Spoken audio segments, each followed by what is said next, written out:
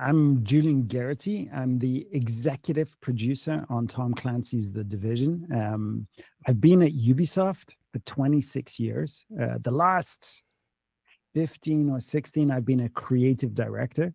So I feel like a fraud as a executive producer, but it's really interesting. So as a creative director, of course, I worked on Division One, Division Two, and Star Wars Outlaws. But now, I have an overview of all things Division, and that's where my heart is, which is video games, but it's outside of video games as well, with comic books and stuff like that. All the adaptations inside and outside video game.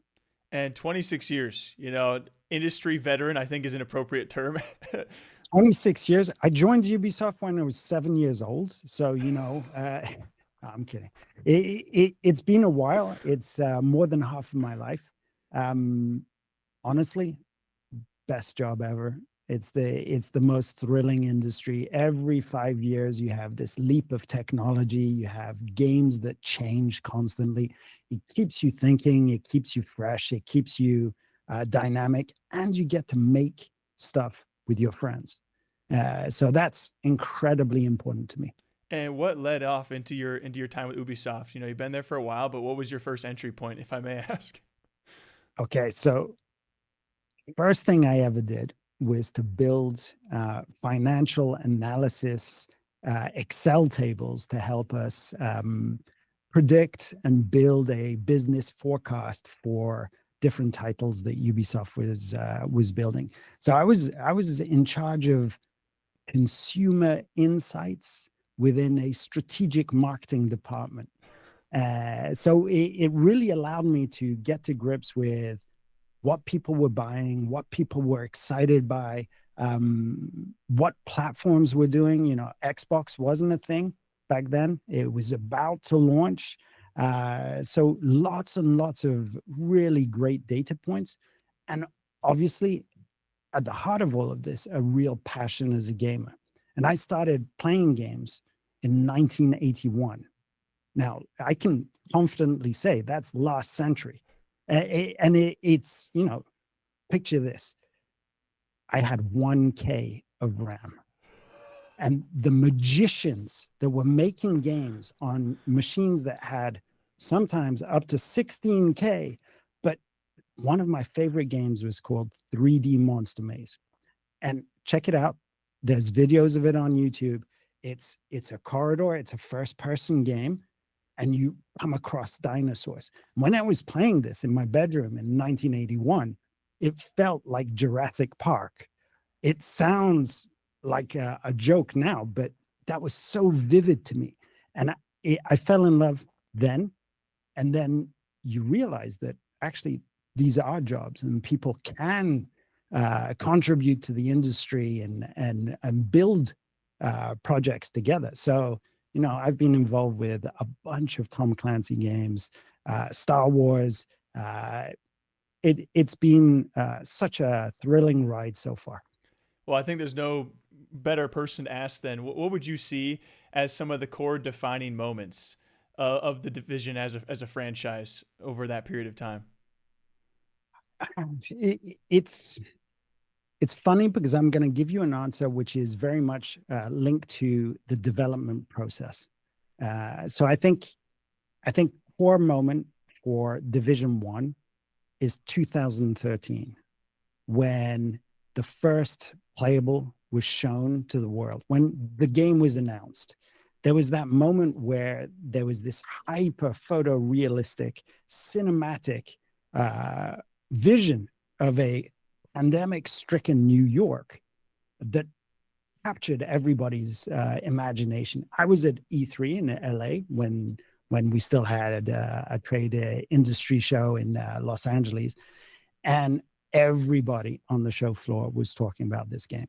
And that was a key moment for the franchise. That was absolutely one of those lightning in a bottle moments where everybody's eyes are on that thing. I think the launch day of Division One, when we were in, it's called the War Room, but what it was a office space with 4 screens on the wall, and like 20 developers in front of it. When we pressed that button to allow people into the game, and we started seeing like these points flash up all around the world: France, Sweden, Germany, the US, Mexico. We started seeing player counts start to bump up, and it was that the numbers couldn't keep up. And we were like, yes. And then we were like, oh my gosh, this means so much more work. And just those moments of connection, of joy, not only with the dev team, but with the community, incredibly important moments. So that's Division 1.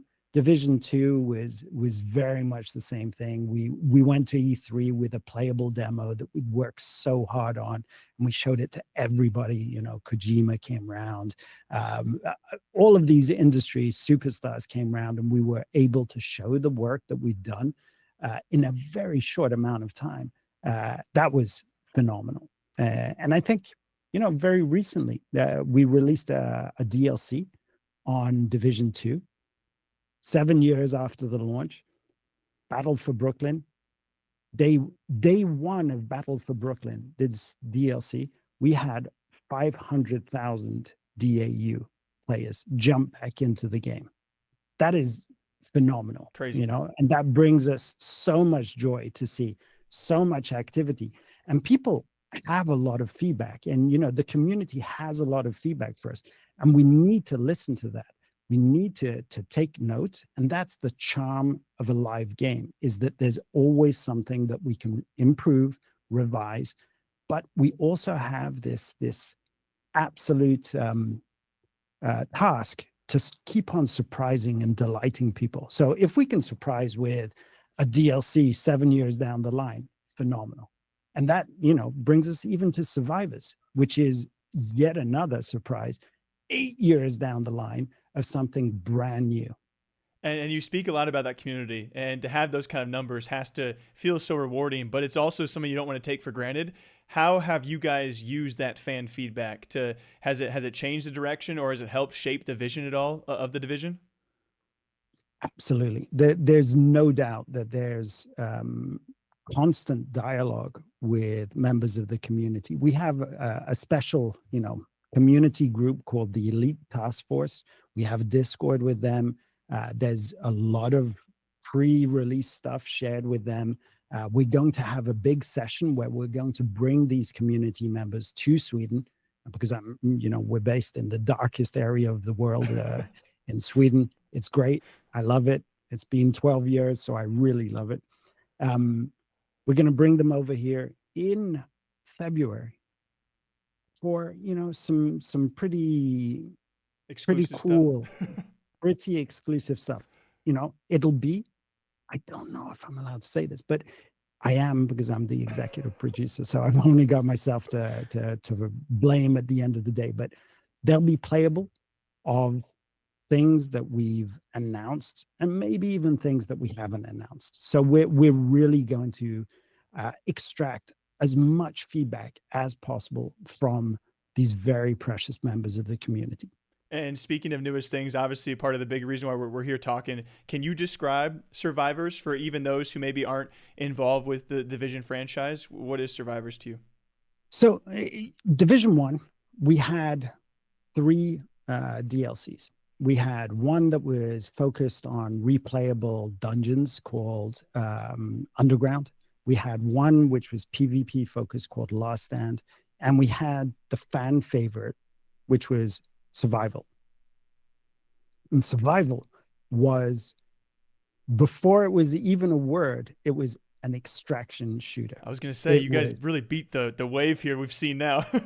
I mean, if I hear one single person in the chat saying that Ubisoft only chases trends, I'm going to be disappointed, because this was before it was even a thing. And it became such a strong fan favorite. And the concept behind it was New York City, ravaged by a snowstorm. You're lost in the blizzard. you need to get to the heart of the map to be able to extract. And there's NPCs in the world, but also other players. And the other players, they can be friends, but they can also be a real competition. So PvE, but with a PvP, a typical PvP. Very, very exciting. It's something that people still play today. Next week, this is December when we're talking, but next week in December, we're doing a survival fest where we're partnering with the community to just play Division 1 and to get some runs in, to get the excitement for survival. And of course, that leads us to survivors. So what are we doing? Like, we can't rest on our laurels, our 10-year-old laurels from survival. So we're reimagining it. We're bringing this snowstorm, this weather change to Washington, D.C. And that's something that you've never seen in Washington, D.C. We're going to transform the entire map. We're thinking about it in a very different way with innovations that haven't been seen yet. I can't talk about them today because we have a long communication thing, but there's a focus on this to make it such a different feeling experience from the core Division 2 experience. And I played it this week. We had our third playable build. It's really shaping up. So it'll take the time that it takes, but I think we've got something super, super promising here. And I know you said you got to keep it limited, but are there any details people can know, how Survivors keeps the core to Division 2, but also still expands upon the original version? Can you give me anything there? I think there are a couple of things here that I'm really happy about. Survivors is developed with Magnus Jensen, who is the original Division 1 creative director. So this is a guy who lives and breathes the Division. He's so excited about jumping into this type of game mode again.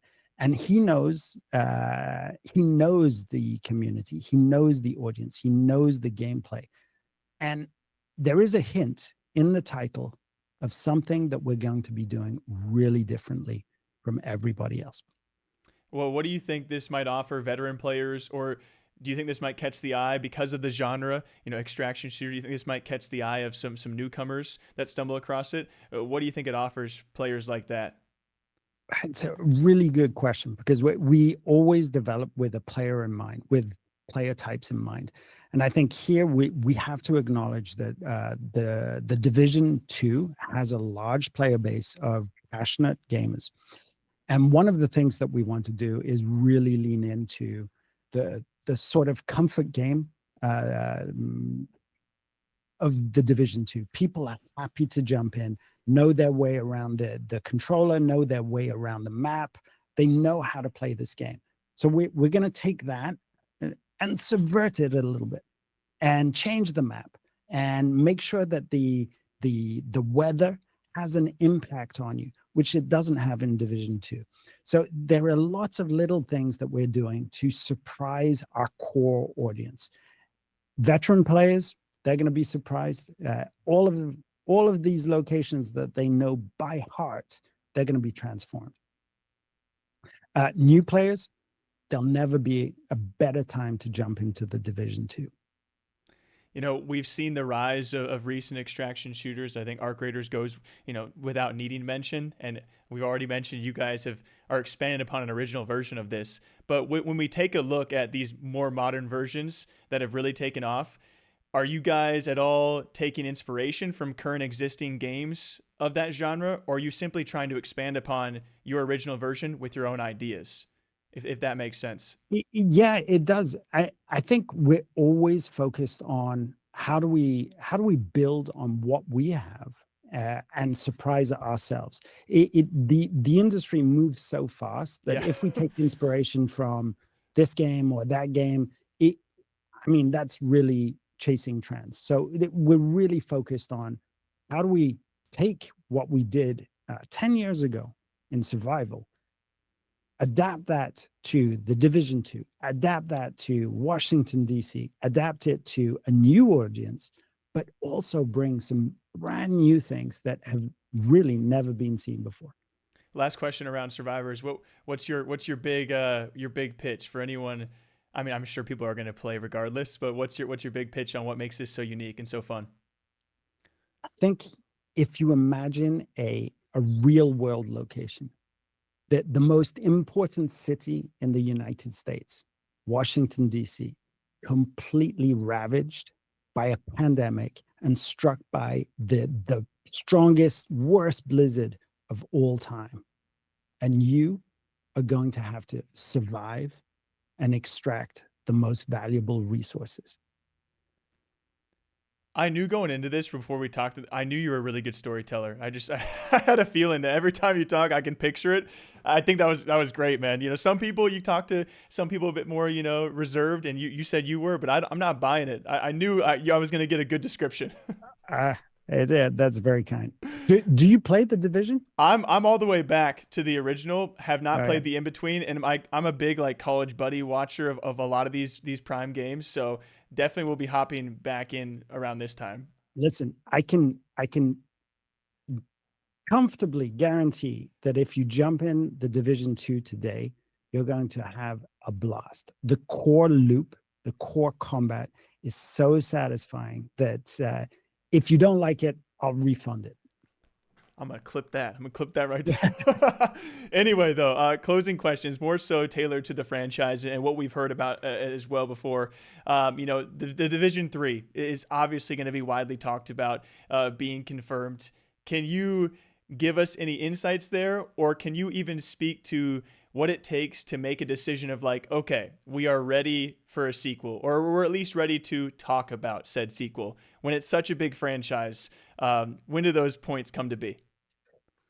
So the Division Three is in production, right? This is not a secret. It's been announced.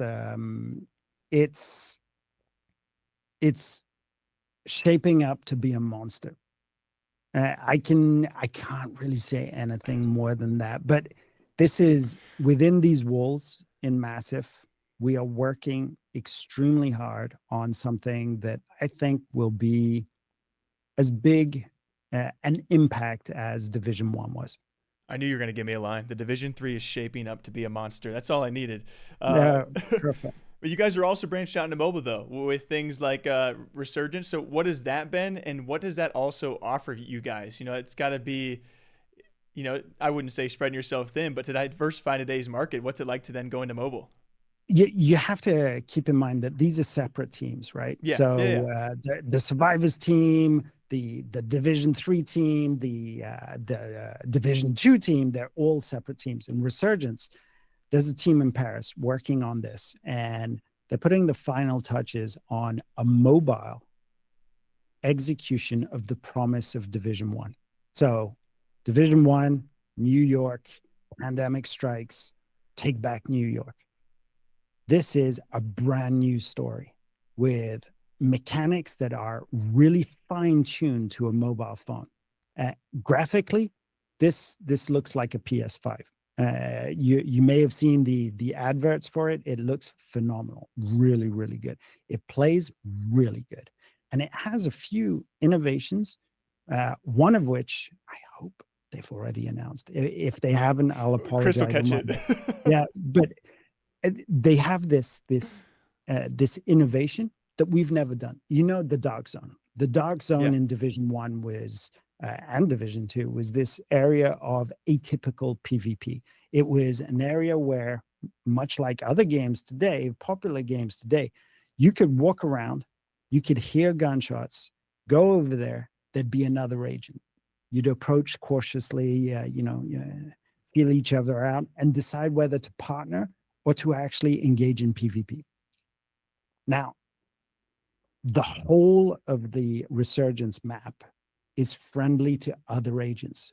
So you'll hear gunshots on a corner. You won't need to be in the dark zone. It could be anywhere, and you can group with those people. So PvP is off by default, but being able to group up and to see other agents in the streets, that's never been done in a Division game before. let alone a mobile game.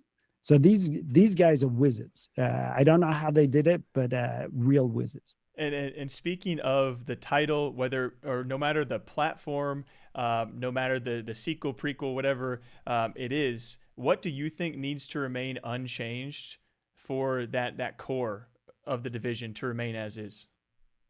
That's pretty much my job at the moment, is to define those things. So I love this question because it's my comfort zone. I think when you close your eyes, you need to think of a brand, any brand that you love, and be able to define it with a few certain pillars that are exclusive to this brand. And for the Division, it's really three concepts that flashed up on that first gameplay trailer in 2013: open world, online, RPG. When you think of those three things and you add little definitions to it, open world, these are real world locations. We're not going to made up fancy locations. This is Washington, D.C. recreated one to one. You get to know Washington, D.C. in Division 2, you know Washington, D.C. in the real world. So real world, open world locations. Online, this is fundamentally a co-op focused game. Every single mission, every single challenge you can do as a co-op experience. Multiplayer in the dark zone, PvP in the dark zone, but everything else is very much focused with co-op in mind. We're not making our lives easier with these pillars, by the way. So open world, online, and it's an RPG. There's a depth here. There's a live connotation to it that means that people can play for 40 hours. They can play for 2,000 hours. There's a lot of depth that you can really explore by yourself or with your friends. And that's those three pillars put together. I can't think of any other game that does it. That's what makes us really stand out. Last one for you as well. I don't get the chance to talk to 30-year vets dang near as much. What have you seen change in this space that you are most excited for? What have I seen? This is going to be a controversial answer, but when I see games like Genshin Impact that break down walls for people to jump in and play with their friends, that really excites me. It's just in terms of experience, being able to see, a group of my daughter's friends sit down on a couch. One is playing on PS5, one is playing on their phone, another is on an iPad, and being able to play together with no barriers of monetization or, a $50, $60, $70 price tag. That really, as an innovation, I think that's fantastic. That really gets people on the couch again, talking again, playing again. That is not you're right. That's not the answer I expected from you. I know I kind of wild card there, but I'm sure you can give plenty of answers. I can think of you could probably think of other 20. answers, but this one is the one where recently I've been really impressed by that work. I think it's a remarkable achievement.